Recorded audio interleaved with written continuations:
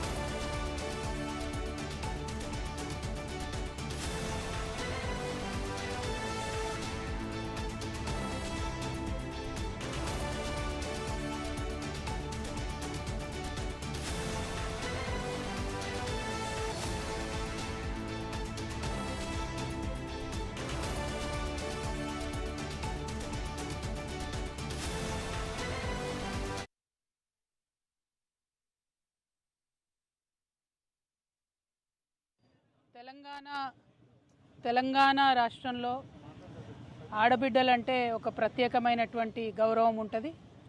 మొత్తం దేశంలో ఒక రకమైనటువంటి సంస్కృతి ఉంటే తెలంగాణ రాష్ట్రంలో ప్రత్యేకించి బీసీ బిడ్డల ఇళ్లలో మరీ ముఖ్యంగా ఆడబిడ్డలకు కాళ్ళు మొక్కి ఏదన్నా శుభకార్యం ఉంటే తండ్రులు అన్నదమ్ములు బయటకు వెళ్ళేటటువంటి సంస్కృతి ఉంటుంది. బోనం ఎత్తుకున్నటువంటి ఆడబిడ్డను ఆల్మోస్ట్ అమ్మవారిని చూసినట్టు చూసేటటువంటి ఒక పవిత్రమైన సంస్కృతి మన తెలంగాణ రాష్ట్రంలో ఉంటుంది. ఇప్పుడిప్పుడే తెలంగాణలో భారతదేశం మొత్తంలో మహిళలు రాజకీయంలో ముందడుగేస్తూ సమస్యలపైన మాట్లాడుతున్నటువంటి సందర్భాన్ని మనం గమనిస్తున్నాం. మహిళలు రాజకీయాల్లోకి వచ్చినటువంటి వారిని చాలా పరుషమైనటువంటి పదజాలంతో ఒక బాధ్యతాయుత పదవిలో ఉన్నటువంటి వ్యక్తులు విమర్శ చేస్తే మరి వాళ్ళు వచ్చేవాళ్ళు కూడా రాకుండా వెనక్కి తగ్గేటటువంటి పరిస్థితి ఉంటుంది. నా ఒక్కదాన్ని ఈరోజు ఎమ్మెల్సీ నవీన్ గారు, చింతపండు నవీన్ అలియాస్ తీన్మార్ మల్లన్న గారు ఎంత దారుణంగా మాట్లాడినరో తెలంగాణ ప్రజలందరూ చూసిండ్రు. అసలు మేము ఆడబిడ్డలు అట్లాంటి మాటలు కనీసం మా నోటితో కూడా ఉచ్చరించేటటువంటి పరిస్థితి కూడా ఉండదు. సిగ్గు అనిపిస్తుంది, నిజంగా బాధ అనిపిస్తుంది. ఎందుకు రావద్దా? ఆడపిల్లలు బయటికి రావద్దా? రాజకీయాల్లో ఉండొద్దా? చెయ్యొద్దా రాజకీయం? ఏం మాటలు ఇవి? అంశం మీద మాట్లాడాలనుకుంటే, ఇష్యూ మీద మాట్లాడాలనుకుంటే ఇష్యూ బేస్డ్ మీద మాట్లాడండి. దాదాపు 1.5 year నుండి తెలంగాణ జాగృతి నుండి బీసీ అంశాల్లో మేము అగ్రభాగాన నిలబడి పోరాటం చేస్తున్నాం. నేను ఏ ఒక్కనాడు కూడా తీన్మార్ మల్లన్న గారిని ఒక్క మాట కూడా అనలేదు. నేను అసలు ఆయన నన్ను ఎందుకన్నాడో కూడా నాకు తెలియదు. నన్ను అనాల్సిన సందర్భం ఏందో కూడా నాకు తెలియదు. సరే, ఆయనకి ఏం కోపం ఉందో లేకపోతే ఎవరన్నా ప్రేరేపించిండ్రో ఎందుకన్నారో నాకు తెలియదు. తీన్మార్ మల్లన్న గారిని మాత్రం నేను ఒకటి రిక్వెస్ట్ చేస్తూ ఉన్నా. మీరు బీసీ బిడ్డ కాబట్టి ఏది పడితే అది మాట్లాడితే చెల్లిపోతుందంటే కరెక్ట్ కాదు. గుర్తుపెట్టుకోండి మల్లన్న గారు, తెలంగాణ ప్రజలు ఎక్కువ కాలం పరుష పదజాలాన్ని సహించరు. మీరు ఎటు పడితే అటు మాట్లాడితే చూసుకుంటే ఎవరు ఊరుకోరు. మీరు మాట్లాడిన దానికి డెఫినెట్గా ఆవేశం వచ్చి మా కార్యకర్తలు, మా నాయకులు ప్రజాస్వామ్యబద్ధంగా ప్రొటెస్ట్ చేయడానికి వచ్చారు. అయితే మీరు కాల్పులు జరుపుతారా? సామాన్య ప్రజల మీద కాల్పులు జరిపేంత అంత క్రూరత్వం ఎందుకు? ఏంది ఇది? ఏం వైఖరి ఇది? ఏం వైపరీత్యం ఇది? ఎందుకోసం చేస్తున్నారు ఇట్లా మీరు? అంటే ఒక ఆడబిడ్డను ఎంత మాట పడితే అంత మాట అనేసి ఇది తెలంగాణ పదజాలం గిట్లనే ఉంటుంది గట్లనే ఉంటుంది అని అంటే ఇది మీ టీవీ కాదు, మీరు మేకప్ వేసుకొని వేసే డ్రామా కాదు. ఇది రాజకీయము, ఇది ప్రజాస్వామ్యము.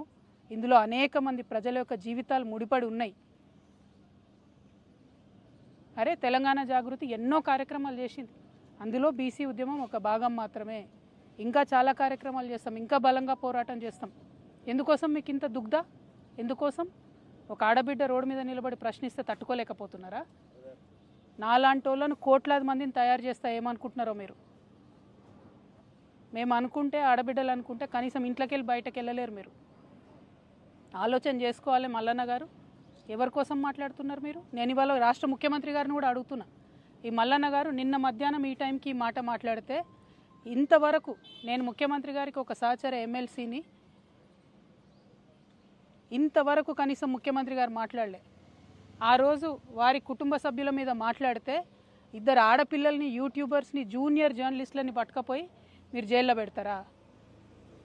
ముఖ్యమంత్రి గారు, నేను మిమ్మల్ని డిమాండ్ చేస్తూ ఉన్నా, మీరు తక్షణమే మల్లన్న గారిని అరెస్ట్ చేయకపోతే మల్లన్న గారితో ఈ మాటలు మాట్లాడించింది మీరే అని కూడా తెలంగాణ ఆడబిడ్డలు అందరూ అనుకునేటటువంటి పరిస్థితి వస్తుంది.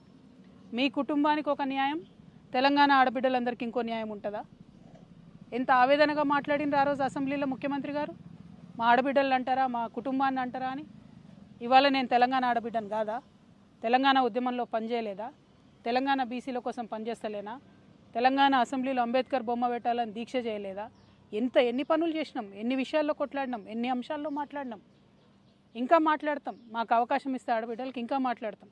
ముఖ్యమంత్రి గారు నేను డిమాండ్ చేస్తూ ఉన్నా, ఎట్టి పరిస్థితుల్లో వెంటనే తీన్మార్ మల్లన్న గారిని అరెస్ట్ చేయాలి. మేము రేపు ఉమెన్స్ కమిషన్ కూడా వెళ్తాం, నేషనల్ ఉమెన్స్ కమిషన్ కూడా వెళ్తాం. ఇవాళ చైర్మన్ గారికి ఇచ్చిన రిప్రజెంటేషన్లో కూడా నేను అదే చెప్పిన, హౌస్ సెషన్లో లేదు కాబట్టి ప్రివిలేజ్ మోషన్ నేను మూవ్ చేయలేను, కాబట్టి ఎథిక్స్ కమిటీకి మీరు రిఫర్ చేయండి. అట్లానే చైర్మన్ గారికి డిస్క్రిషనరీ పవర్స్ ఉంటాయి, అంటే చాలా అసాధారణమైనటువంటి పవర్స్ ఉంటాయి. ఆ అసాధారణమైనటువంటి పవర్స్ యూజ్ చేసి తీన్మార్ మల్లన్న గారిని వెంటనే ఎమ్మెల్సీ నుండి సస్పెండ్ చేయమని కూడా నేను డిమాండ్ చేస్తూ ఉన్నాను. ఎందుకంటే ఒక బాధ్యతాయుతమైనటువంటి పదవిలో ఉన్న వ్యక్తులు నోరు చూసుకొని మాట్లాడాలి. మనని లక్షలాది మంది ప్రజలు గమనిస్తుంటారు. నాకు మాట్లాడరాక కాదు, నాకు భాష తెలియక కాదు, కానీ కంట్రోల్లో ఉండాలి, లిమిట్లో ఉండాలి, ప్రజాస్వామ్యబద్ధంగా ప్రశ్నించాలి. అది వదిలిపెట్టి మీరు ఏది పడితే అది మాట్లాడతామంటే మాత్రం మేము ఇక్కడ ఊరుకోము. ఏదో ఆడబిడ్డ కదా, ఓ సంస్థ నడుపుతుంది కదా, ఆమెను ఏదన్నా ఎవరుంటారు వెనక అనుకున్నారేమో.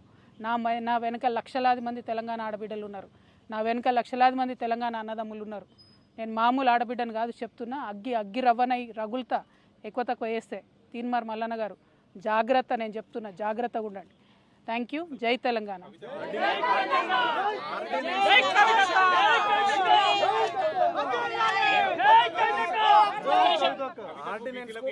సంబంధం లేదు, ఎందుకు మాట్లాడదు, ఎందుకు సంబరాలు చేసుకున్నారు?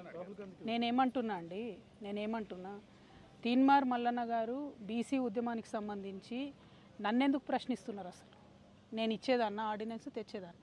నేను మీలాగానే ఉద్యమం చేస్తున్నా, ఆయన ఉద్యమం చేస్తున్నారు. అసలు నేను ఆయన ఎప్పుడన్నా ఏమన్నా అన్నానా? ఆయన అంతటా ఆయన వచ్చి నా మీద ఎందుకు మాట్లాడుతున్నారు అంటే, నాకు వ్యతిరేకులు ఎవరు ఆయనను ప్రేరేపిస్తున్నారా? అది ముఖ్యమంత్రి గారు ప్రేరేపిస్తున్నారా? ఎవరు ప్రేరేపిస్తున్నారు మరి? ఎందుకంటే ఈయన మాట్లాడి 24 గంటలు అయిపోతే ప్రభుత్వం కనీసం చర్య తీసుకోలే. మీ మీద ఒక ట్వీట్ పెడితే రాత్రికి రాత్రి చిన్నపిల్లల్ని ఎత్తుకపోయి జైల్లో పెడుతున్నారే. మీ మీద ఒక ఫేస్బుక్లో కమెంట్ పెడితే ముఖ్యమంత్రి గారు ప్రత్యేక బృందాలను పెట్టి వెతికి మరీ అరెస్ట్ చేస్తున్నారే. ఒక ఎమ్మెల్సీని, ఒక ఆడబిడ్డని, ఇదేనా మీరు తెలంగాణ ఆడబిడ్డలకు ఇచ్చే రక్షణ? అందుకే క్రైమ్ పెరిగిపోతున్నది. ముఖ్యమంత్రి గారు ఇంత అలుసుగా ఉంటున్నారు మహిళలను ఏమన్నా కూడా. కాబట్టి ఇక సాధారణ మహిళల పరిస్థితి ఏందండి? ఓ పదవిలో ఉన్న ఎమ్మెల్సీకే ఇటువంటి గతి ఉంటే ఈ రాష్ట్రంలో సాధారణ మహిళల పరిస్థితి ఏంటి చెప్పండి?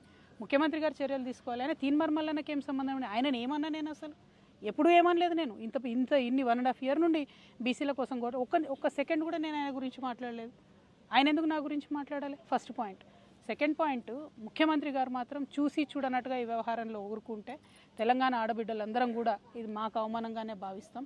కానీ నేను ఇంకా బలంగా సమస్యల మీద కొట్లాడుతూనే ఉంటా. వెనక్కి తగ్గే క్వశ్చనే లేదు. మిమ్మల్ని మాత్రం నేను ఇవాళ కోరేది ఒకటే, ఆడబిడ్డల్ని గౌరవించడం నేర్చుకోండి. ఇలా బోనాలు, మాంకాలమ్మ బోనాలు, పొద్దున్న లేచి నేను బోనాలకు పోయేది ఉండే, అది బంద్ పెట్టుకొని ఇదే దుకాణం నడుస్తుంది పొద్దున్న నుంచి. ఎందుకు ఇవన్నీ? నేను ఒకటేనండి, ప్రజా సమస్యలు ఎవరన్నా మాట్లాడవచ్చు, ఎవరన్నా ప్రజా సమస్యలు మాట్లాడవచ్చు. తెలంగాణ జాగృతి అనేక ఉద్యమాలు చేసింది, అందులో బీసీ ఉద్యమం ఒకటి. మా సంస్థకున్న నిబద్ధత ఏంటంటే, మేము ఏదైనా అంశం ఎత్తుకుంటే అది సాల్వ్ అయ్యేదాకా దించం. మహిళా బిల్లు ఎత్తుకున్నా దించలేదు, ఏ అంశమైనా సాల్వ్ అయ్యేదాకా దించం. అంబేద్కర్ విగ్రహం అయినా కానీ ఏదైనా కూడా ఇష్యూ సాల్వ్ అయ్యే వరకు దించం. బీసీ ఉద్యమం కూడా అంతే, ఇష్యూ సాల్వ్ అయ్యే వరకు దించే ప్రసక్తే లేదు. అటువంటి కమిట్మెంట్, అటువంటి నిబద్ధత ఉన్న సంస్థ కాబట్టి మా మీద రాళ్ళు పడతాయి, కరెక్టే. కాకపోతే ఈయన వ్యక్తిగతంగా ఎందుకు అనాలే నన్ను అని దానికి తెలంగాణ పడికట్టాను కవరింగ్ ఇచ్చుకుంటే